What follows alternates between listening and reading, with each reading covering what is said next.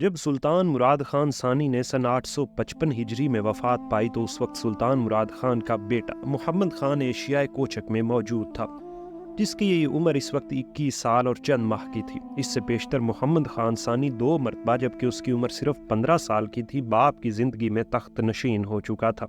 اس کا ذکر ہم پچھلی اقساط میں کر چکے ہیں۔ مراد خان ثانی کی وفات کے بعد اراکین سلطنت نے ایشیائے کوچک میں محمد خان ثانی کے پاس خبر بھیجی اور وہ بلا توقف وہاں سے روانہ ہو کر در دانیال کو عبور کر کے ایڈریانوپول پہنچا اور وہاں مراسم تخت نشینی ادا کیے۔ شاہ سرویہ کی بیٹی سے مراد ثانی کا ایک اور بیٹا تھا جو ابھی صرف 8 مہینے کا بچہ تھا۔ جب محمد خان ثانی کی تخت نشینی کے مراسم ادا ہو رہے تھے اور اراکین سلطنت اطاعت اور فرما برداری کی بیعت کر رہے تھے تو ینیچری فوج کے ایک سردار نے یہ حرکت کی کہ سلطان محمد خان ثانی کی اطلاع کے بغیر اس بچے کو حمام میں لے جا کر قتل کر دیا۔ غالباً یہ کام اس نو مسلم سردار نے محمد خان ثانی کی حمایت میں کیا اور اپنے نزدیک اچھی خدمت بجا لایا، کیونکہ یہ لڑکا جوان ہو کر اپنی ماں یعنی سروین شہزادی کے سبب سرویہ والوں اور دوسرے عیسائیوں سے مدد پا کر سلطان محمد خان ثانی کے لیے باعث تکلیف ہو سکتا تھا۔ لیکن سلطان محمد خان ثانی نے ینیچری فوج کے اس سردار کے ظالمانہ اور سفاکانہ فعل کو سخت ناپسند کیا اور اپنے اس سوتیلے بھائی کے قصاص میں اس کو قتل کر دیا۔ چونکہ 6 سال پہلے محمد خان ثانی اپنے باپ کے زمانے میں 2 مرتبہ تھوڑے تھوڑے وقفے کے لیے تخت نشین ہو کر اولوالعزمی اور بلند ہمتی کا اظہار نہ کر سکا تھا، اس لیے لوگوں کا خیال تھا کہ وہ ایک کمزور اور سست رائے سلطان ثابت ہوگا۔ حالانکہ یہ قیاس کرنا ایک غلطی تھی۔ اس زمانے میں وہ 15 یا 16 سال کا ایک لڑکا اور 21 اور 22 سال کا نوجوان تھا۔ یہ 6 سال اس نے کھیل کود میں نہیں گزارے تھے بلکہ وہ حکومت و سلطنت کی قابلیت بڑھانے میں برابر ترقی کر رہا تھا۔ عالموں اور روحانی لوگوں کی صحبتوں نے اس کے اخلاق اور قوت ارادہ کو پہلے سے بہت زیادہ پختہ کر دیا تھا۔ یورپی مورخین عام طور پر سلطان محمد فاتح کو اپنے سوتیلے بھائی کا قاتل بتاتے ہیں، مگر وہ اپنی اس غلط بیانی میں اس لیے معذور ہیں کہ محمد خان ثانی قسطنطنیہ کا فاتح ہے اور اس کو ملزم قرار دینا شاید عیسائی مورخ ثواب سمجھتے ہیں۔ حالانکہ اس بات پر سب متفق ہیں کہ ینیچری فوج کے سردار نے اس بچے کو قتل کیا تھا، اور اس کا بھی سب کو اقرار ہے کہ سلطان محمد خان نے اس سردار کو قصاص میں قتل کروایا، مگر وہ کہتے ہیں کہ اس سردار نے محمد خان ثانی کے حکم سے اس کو قتل کیا تھا۔ لیکن سوچنے اور غور کرنے کی بات ہے کہ سلطان محمد خان کو سر دستی اس چھوٹے بچے سے کسی قسم کا بھی کوئی اندیشہ نہ تھا۔ وہ اپنی تخت نشینی کے مراسم سے فارغ ہونے کے بعد بھی اس لڑکے کے جان لینے کی تدابیر عمل میں لا سکتا تھا۔ اس شیر خوار بچے کو تخت نشین کرنے کا کسی رکن سلطنت کو مطلق خیال بھی نہ آیا ہوگا، بلکہ سب ایڈریانوپول میں محمد خان ہی کا انتظار کر رہے تھے۔ ینیچری فوج کا سردار ایشیائے کوچک میں سلطان محمد کے ساتھ نہیں آیا تھا بلکہ پہلے ہی سے ایڈریانوپول میں موجود تھا۔ اگر یہ کام سلطان محمد خان کو کرانا تھا تو وہ اپنے ان سرداروں میں سے کسی کو اس کام پر مامور کرتا جو اس کے ساتھ ایشیائے کوچک سے آئے تھے اور جن پر اس کو ہر طرح کا بھروسہ تھا۔ ایڈریانوپول میں آتے ہی ایک ایسے سردار کو جو اس کے لیے مانوس شخص نہ تھا، یہ ظالمانہ حکم دینا معمولی احتیاط کے بھی برخلاف ہے۔ پھر یہ کہ وہ سردار جب اپنے اس ناشودنی کام کی پاداش میں قتل کیا گیا تو اس نے اپنی جان بچانے کے لیے اس راز کو فاش نہ کیا۔ سروین شہزادی یعنی محمد خان کی سوتیلی ماں خود ان لوگوں میں شامل تھی جو تخت نشینی کی مبارکباد دینے آئے تھے۔ سلطان محمد خان ثانی کی آئندہ زندگی میں اس قسم کی کوئی مثال نظر نہیں آتی، اور اس سے باحوصلہ، نیک دل اور باعظمت سلطان سے ہرگز اس قسم کی احمقانہ حرکت کی توقع نہیں کی جا سکتی۔ بات دراصل یہ ہے کہ ینیچری فوج چونکہ سلطنت عثمانیہ کی بڑی لاڈلی فوج سمجھی جاتی تھی، اس لیے اس فوج اور اس فوج کے سرداروں میں عام طور پر خود رائی اور خود سری کی علامات پیدا ہونے لگی تھی۔ سلطان مراد خان ثانی کے زمانے میں ان لوگوں سے اس قسم کی حرکات سرزد ہو چکی تھی۔ اس نوجوان سلطان کو اپنے قابو میں رکھنے کے لیے اس سردار نے اس قسم کا احسان اس پر کرنا ضروری سمجھا۔ یہی دھوکہ قسطنطنیہ کے قیصر قسطنطین کو بھی ہوا، جس کی وجہ سے اس کو قسطنطنیہ اور اپنی جان دونوں سے ہاتھ دھونا پڑا۔ تفصیل اس اجمال کی ہم اس قسط میں آگے بیان کریں گے۔ سن 852 ہجری میں سلطان مراد خان ثانی سے 3 سال پیشتر قیصر جان پلیولوگس کے فوت ہونے پر قیصر قسطنطنیہ میں تخت نشین ہوا۔ قسطنطین بھی اپنے پیش رو کی مانند خوب چالاک اور چوکس آدمی تھا۔ اس نے سلطان مراد خان ثانی کی وفات اور سلطان محمد خان ثانی کی تخت نشینی پر ایشیائے کوچک کے سرکش اور باغیانہ خیالات رکھنے والے امراء کو سہارا دے کر فوراً ایک بغاوت برپا کروا دی، جس کے سبب سلطان محمد خان کو ایشیائے کوچک میں جا کر باغیوں کو ٹھیک اور وہاں کے انتظام کو درست کرنا پڑا۔ ابھی سلطان محمد خان ایشیائے کوچک کے انتظام سے فارغ نہ ہوا تھا کہ قیصر قسطنطین نے سلطان کے پاس پیغام بھیجا کہ سلطان مراد خان ثانی کے زمانے سے خاندان عثمانیہ کے ایک شہزادہ ارحان نامی ہمارے پاس نظر بند ہے، اس کے اخراجات ضروریہ کے لیے جو رقم سلطانی خزانے سے آتی ہے اس میں اضافہ کرو، ورنہ ہم اس شہزادے کو آزاد کر دیں گے اور وہ آزاد ہو کر تم سے ملک چھین لے گا۔ قیصر چونکہ سلطان محمد خان ثانی کو ایک کمزور طبیعت کا سلطان تصور کیے ہوئے تھا، اس لیے اس نے اس دھمکی کے ذریعے سلطان سے روپیہ اینٹھنا اور اس کو دبانا چاہا۔ اگر واقعی سلطان محمد خان ایسا ہی کمزور اور پست ہمت ہوتا جیسا کہ قیصر نے سمجھا تھا تو وہ ضرور اس دھمکی سے ڈر جاتا اور قیصر قسطنطین کے نہ صرف اس بلکہ آئندہ مطالبات کو پورا کرنے کی کوشش کرتا۔ لیکن سلطان محمد خان ثانی سکندر یونانی اور نپولین فرانسیسی سے زیادہ قوی قلب اور ارادے کا مالک آدمی تھا۔ وہ سمجھ گیا کہ اس طرح کام نہ چلے گا، اور جب تک اس عیسائی سلطنت کا قصہ پاک نہ کر دیا جائے سلطنت عثمانیہ کا قیام اور استحکام ہمیشہ معرض خطر ہی میں رہے گا۔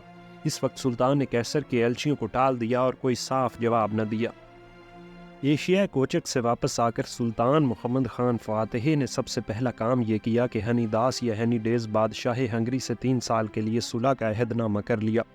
اس عہد نامے کے مکمل ہو جانے سے سلطان کو اپنی سلطنت کے شمالی حدود کی جانب اطمینان حاصل ہو گیا۔ اس دوران میں ینیچری فوج اور اس کے سرداروں کی طرف سے بدعنوانیاں ملاحظہ کر کے سلطان نے ان کو قرار واقعی سزا دے کر ان کی اصلاح کی۔ اس دوران قیصر قسطنطین نے دوبارہ اپنے ایلچی ایڈریانوپول میں سلطان کے پاس بھیجے اور پھر شہزادہ اورحان کے نقفہ کے اضافے اور ورنہ اس کے آزاد کر دینے کی دھمکی دی، اور نہایت سفیہانہ انداز سے اصرار کیا کہ اس کا جواب بجز اس کے اور کیا ہو سکتا تھا کہ سلطان محمد خان ثانی نے ارحان کا نقفہ بالکل بند کر دیا اور قیصر کے سفراء کو نہایت ذلت کے ساتھ اپنے دربار سے نکلوا کر قسطنطنیہ پر حملے کی تیاریوں میں مصروف ہو گیا۔ اب قیصر کی آنکھیں کھلی اور اس کو اپنی غلطی کا احساس ہوا کہ میں نے جس کو روباہ سمجھا تھا وہ در حقیقت شیر ہے۔ چونکہ قیصر قسطنطین اپنی شجاعت اور ہوشیاری میں ممتاز اور بہت باہمت شخص تھا، اس لیے اس نے یہ دیکھ کر کہ مجھ کو سلطان محمد خان سے ضرور 2 ہاتھ کرنے پڑیں گے بلا توقف جنگی تیاریاں شروع کر دی۔ قسطنطین کی روشن خیالی اور معال اندیشی کی داد دینی پڑے گی کہ اس نے عیسائیوں کے 2 بڑے بڑے گروہوں میں اتفاق پیدا کرنا ضروری سمجھا۔ اس زمانے تک عیسائیوں کا فرقہ پروٹیسٹنٹ پیدا نہ ہوا تھا، جس کو رومن کیتھولک عیسائیوں سے بہت سخت اور اہم اختلاف ہے، مگر اس زمانے میں تمام عیسائی عیسائیت عقیدہ کے اعتبار سے 2 حصے میں منقسم تھے۔ ایک گروہ شہر روما کے پوپ کو اپنا پیشوا مانتا اور رومن چرچ کا ماتحت سمجھا جاتا تھا، اور دوسرا گروہ گریک چرچ یعنی یونانی گرجے کا پیروکار اور قسطنطنیہ کے بشپ اعظم کو اپنا مذہبی پیشوا سمجھتا تھا، جس کی سرپرستی کا فخر قیصر قسطنطنیہ کو حاصل تھا۔ ان دونوں گروہوں میں عقیدے کا بہت زیادہ فرق نہ تھا۔ عشاء ربانی میں رومن طریقے کے پیروکار شراب کے ساتھ فطیری روٹی استعمال کرتے تھے اور قسطنطنیہ کے پیرو خمیری روٹی ضروری سمجھتے تھے۔ اس خمیری اور فطیری کے اختلاف سے دونوں گروہوں کے پادریوں کی وہی حالت تھی جو اس جہالت تاریکی کے زمانے میں ہمارے پیشہ ور مولویوں کی ہوتی ہے کہ ذرا سی بات میں مثلاً آمین اور رفع یدین پر بلا تعامل کفر کے فتوے قلعہ شکن توپوں کی طرح داغتے اور اپنی بہادری پر مسرور ہوتے ہیں۔ قیصر قسطنطین نے روما کے پوپ کو لکھا کہ اب وقت آ گیا ہے کہ ہم اپنے مذہبی اختلافات کو مٹا دیں اور سب متحد اور متفق ہو کر مسلمانوں کا مقابلہ کریں۔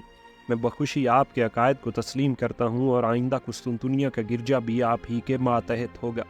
لہٰذا جس طرح بیت المقدس اور شام کے فتح کرنے کے لیے تمام براعظم یورپ میں جہاد کا اعلان کیا گیا تھا اور عیسائی مجاہدین جوگ در جوگ جمع ہو کر مسلمانوں کے مقابلے کو پہنچ گئے تھے، اسی اہتمام کے ساتھ اب قسطنطنیہ کے بچانے اور عثمانیہ سلطنت کو نیچا دکھانے کے لیے آپ کی طرف سے اعلان اور ترغیب ہونی چاہیے۔ قیصر قسطنطین کی یہ تجویز بہت کارگر اور مفید ثابت ہوئی۔ پوپ جس کا نام نکلسن پنجم تھا پوری سرگرمی کے ساتھ عیسائیوں کو جہاد پر آمادہ کرنے کی ترغیب دینے لگا۔ چنانچہ ہسپانیہ یعنی ادلس کے شمالی صوبوں اراگون اور کستلا سے عیسائی مجاہدین کی زبردست اور کار آزمودہ فوجیں قسطنطنیہ پہنچی۔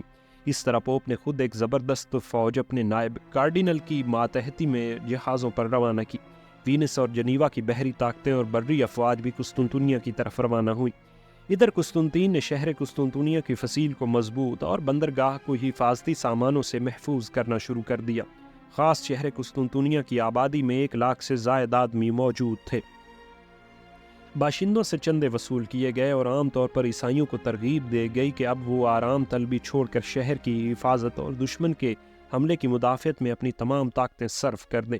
یورپ کے عیسائی مورخ حتیٰ کہ ایڈمنڈ اولیور اور ای ایس کریسی بھی، جو اپنی بے تعصبی اور راست گفتاری کے لیے شہرت رکھتے ہیں، فتح قسطنطنیہ کے حالات بیان کرتے ہوئے اپنے یورپی اور عیسائی تعصب سے مغلوب ہو جاتے ہیں۔ یہ لوگ کوشش کرتے ہیں کہ کسی طرح سلطان محمد خان ثانی کی ذات پر کوئی نہ کوئی الزام لگائے۔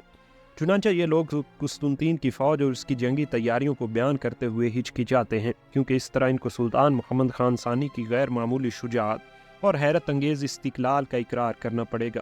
بہرحال سلطان محمد خان ثانی کے آفتاب سے زیادہ روشن کارنامے ان منصف مزاج عیسائی مورخین نے خون کے گھونٹ پی پی کر لکھے ہیں۔ سلطان محمد خان ثانی ایک ہوشیار آہنگر اربان نامی نو مسلم کو، جو ہنگری کا قدیم باشندہ اور اسلام قبول کرنے سے پیشتر قسطنطین کا نوکر رہ چکا تھا، حکم دیا کہ وہ بڑی بڑی زبردست مار کی توپیں تیار کرے۔ چنانچہ متعدد توپیں تیار کی گئیں، جن میں سے بعض بہت بڑی اور وزنی گولہ پھینکنے والی تھیں۔ چند سال پیشتر یعنی سلطان مراد خان ثانی کے عہد حکومت سے سلطنت عثمانیہ نے لڑائیوں میں توپوں کا استعمال شروع کر دیا تھا، مگر ابھی تک یہ کوئی کارآمد آلہ جنگ نہ تھا۔ قلعوں کی دیواریں مسمار کرنے میں توپ کا مرتبہ منجنیق سے کچھ زیادہ نہ تھا۔ چنانچہ یہ توپیں جو سلطان محمد خان نے اربان سے تیار کروائیں اور جن کی نقل و حرکت اور ایک جگہ سے دوسری جگہ لے جانے میں بڑی دقت اور دشواری پیش آتی تھی، وہ ایسی تھیں کہ ایام محاصرہ میں صبح سے شام تک صرف ان سے 7 یا 8 مرتبہ فائر کیا جا سکتا تھا۔ چنانچہ اس لیے محاصرہ قسطنطنیہ میں یہ کچھ زیادہ مفید ثابت نہیں ہوئی۔ اسی طرح قسطنطین نے بھی اپنے توپ خانے کو بہت مکمل اور مضبوط بنایا تھا۔ فتح قسطنطنیہ کے بعد تھوڑے ہی دن گزرے تھے کہ یورپ کے عیسائی سلاطین اور عثمانیہ سلاطین نے لڑائیوں میں توپ کے استعمال کو بہت ترقی دی اور یہ بہترین آلہ جنگ تصور ہونے لگا۔ سلطان محمد خان ثانی نے اپنی سلطنت کے ہر ایک حصے میں نظم و انتظام اور امن و امان قائم رکھنے کے لیے سب سے پہلے اپنی کوشش اور توجہ منعطف کی، اور جب اس طرف سے اطمینان کلی حاصل ہو گیا تو قسطنطنیہ کے محاصرے کے لیے 50,000 سوار اور 20,000 پیدل کی ایک پرجوش اور بہادر فوج منتخب کی۔ سلطان محمد خان ثانی کی فوج کا 70,000 ہونا کریسی نے بیان کیا ہے، جو یقیناً مبالغہ سے خالی نہیں، کیونکہ دوران محاصرہ میں 16 اپریل سے 29 مئی سن 1453 عیسوی تک یعنی 7 ہفتے قائم رہا۔ اس 70,000 فوج کے لیے سامان رسد کا مہیا کرنا ان حالات میں کوئی آسان کام نہ تھا۔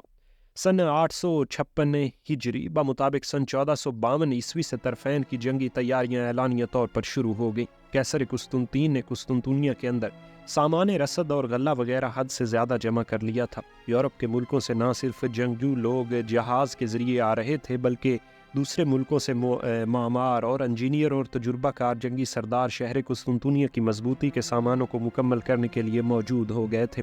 سمندر کی جانب بندرگاہ کے دہانے پر ایک مضبوط آہنی زنجیر اس طرح دونوں طرف باندھی گئی کہ کسی جہاز کا بندرگاہ میں داخل ہونا کسی طرح ممکن نہ تھا۔ ہاں، جب شہر والے خود چاہتے کہ جہاز کو اندر آنے دیں تو اس زنجیر کو سمندر کی گہرائی میں ڈھیلا کر کے ڈال دیا جاتا تھا۔